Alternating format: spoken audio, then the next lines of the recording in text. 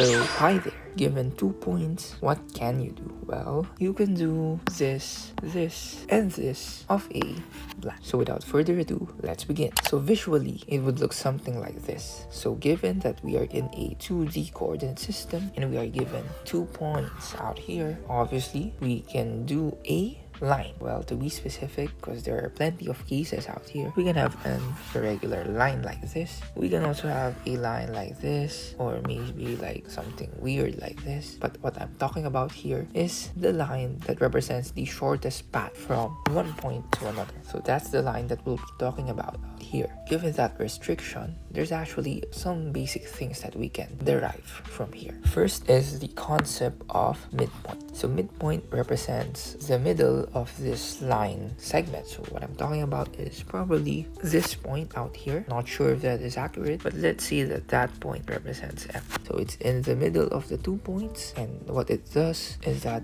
it bisects our line into 2 equal parts. Its formula is basically straightforward. You get the average of the first component, in this case x1 and then x2. And then for the second coordinate, you get their average, which is basically y1 and y2. Just add them, divide by 2. That's the average. So that is the midpoint, or the midpoint formula. Aside from midpoint, we can also derive the distance between the 2 points, or essentially, we're talking about here the shortest distance between the 2 points. If you're wondering how this formula is obtained, all you need to do is apply Pythagorean theorem. We'll be having a right triangle out here. Once you have this right triangle, just take note that d out here again represents this distance out here, but in the perspective of a right triangle, it is the hypotenuse of the right triangle. So to obtain this formula, all you need to do is to obtain this one, square them, and that their square root to obtain d. That gives you a hint that this one is essentially the change in x, and this one is essentially the change in y. Just one thing to take note here, it doesn't really matter if this one is interchanged,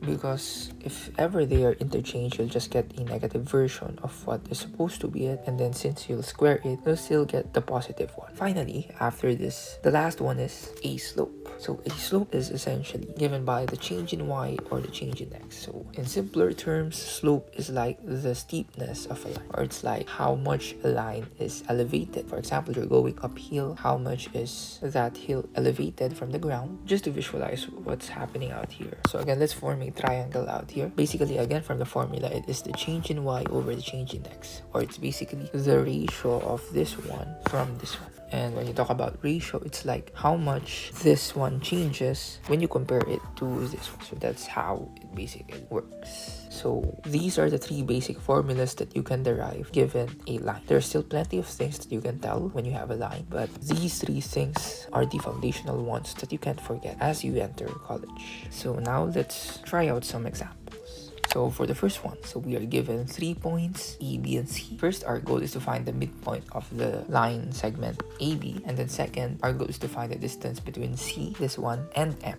the midpoint. So this example is pretty straightforward. We just showcase how we apply directly the formula. So for the midpoint, by the formula, we have here 4 plus 6 over 2, or basically the average of the x coordinates, and then 2 plus negative 4 over 2, or the average of the y coordinates of A and B. Once you have that, let's just simplify. We'll obtain here 10 over 2, and then negative 2 over 2 for the first and second coordinate. Simplifying, just divide 2. We obtain that the midpoint is given by the point with coordinates 5 and negative 1. Good. Next goal, let's find the distance between the point C and M. By the formula, we'll be having the square root of the sum of the squares of the difference of the first coordinate. In this case, we have here 2 and 5, and the difference of the second coordinates, which is basically negative 7 minus negative 1 out here. Once you have that, let's just simplify. So for the first one, we have here 2 minus 5, so that is negative 3 squared. That will be 9. For the next one, we'll have here negative 7 plus 1, so that would be negative 6 square, and that will be 36. So that is 9 plus 36. And then once you have that, you just simplify. 9 plus 36 is essentially 45. Square root of 45 is basically 3 squared of 5, since 45 can be written as 9 times 5. 9 is a perfect square that yields 3. Don't forget the units out here. That's basically the distance between C and M. So that is the answer for this problem. Let's move on to the next one. In here, we are given one endpoint of a line segment with coordinates negative 1 and 2, and the midpoint of the line segment with coordinates 2 and negative 1. Our goal is to find the coordinates of the other endpoint. So this one is kind of simple as well, but it's just kind of a bit tricky at first. So to understand what's happening out here, let's say we have a line. We are given 3 points. So from the given, we already have the midpoint and one endpoint. Our goal is to find another end of that endpoint. Let's say this one. Once you understand this, you just use the midpoint formula again, but just with a little bit of twist. Let's say our goal is to find the point xy. Let's see, that is the b that we are referring earlier. Wherein it should satisfy this given equality. So we have here the point 2, -1, or basically this is the midpoint. It's equal to the point with coordinates x minus 1 over 2 and y plus 2 over 2, or basically x minus 1 out here is the average of x and -1 out here divided by 2, and then y plus 2 out here is the average of y and 2 out here. Basically, we applied the midpoint formula, but this time we have the result and we're trying to find x and y. How do we do that? Well, just take note that by the uniqueness of the coordinates of a point, we get that these two must be equal and these two must be equal, because it is impossible that this point is represented by another point in a Cartesian plane or in the 2D plane. So that means that we are sure that these coordinates are the same. Once you have that fact, it becomes simple. So again, we have these two equations, 2 equal to x minus 1 over 2 and -1 equal to y plus 2 over 2. This is essentially a rational or linear equation if you want. So solving for x and y, we obtain, so for the first one, that's basically, we multiply 2 both sides out here. That will give you 4 equal to x minus 1, solve for x, and that would be 5. For the next one, similarly, we multiply 2 both sides. That will give you -2 equal to y plus 2. Move the 2 out here on the left side of that one, and you'll get y to be -4. So that's basically the missing coordinate that we are trying to find. If you're not convinced, you can check. If you apply the midpoint formula to this point and this point, you must exactly get this one out here. That answers the given problem. So let's move on to the last one. So let's say we have 3 points A, B, and C with the following coordinates. The question is, do they lie on the same line? There are plenty of ways to do this, but so far with the tools that we have, there's a way to solve this one. If you will guess what will that tool be, so far we have used the midpoint, we have used the distance. You might guess that we will be using the slope out here since we haven't used that yet, and that is correct. So to start this solution, we begin by noting that 3 or more points are collinear if and only if the slopes computed from all possible pairs of these points are equal.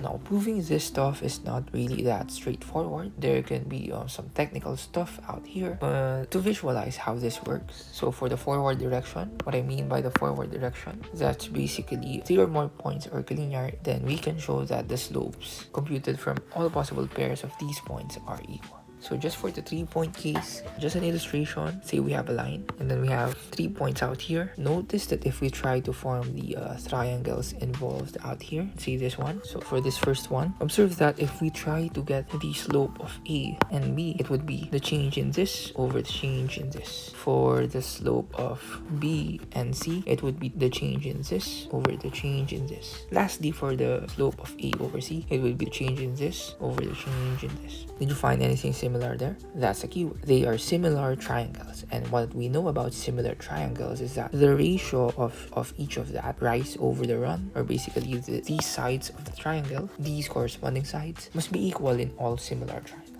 So that's basically the idea why, if we know that 3 points are collinear, then the slopes from all possible pairs of points must be equal. So there is a technical way to prove that one. This isn't a valid one, but it's a good one. For the other way around, so what I mean by that is, if we know that the slopes computed from all possible pairs of these points are equal, in showing that they are collinear, you'll probably be needing the concept of equation of a line. So I leave that one to you. That's why there is a y out here, since it isn't that straightforward. But if we know that fact, all we need to do is to compute for the slopes of AB, the line BC, the line AC. So these are all the possible pairs out here. If you're wondering, how about BA? Well, the line AB and BA are just the same. So if we are given the point A, we are given the point B, it doesn't matter how A or B is arranged in terms of wording, the line will just be the same. So these are all the possible pairs, and let's check if all these slopes are the same. So for the first one, just apply the formula. So we have here the change in the y coordinates of A and B. So we have here 1 minus -1 and then 1 minus 0. This one and this one. Simplifying, that would be 2 over 1, or basically 2. We do the same for the remaining ones. So we'll have your 5 minus 1 over 3 minus 1. Change of this with respect to this, and then change of this with this.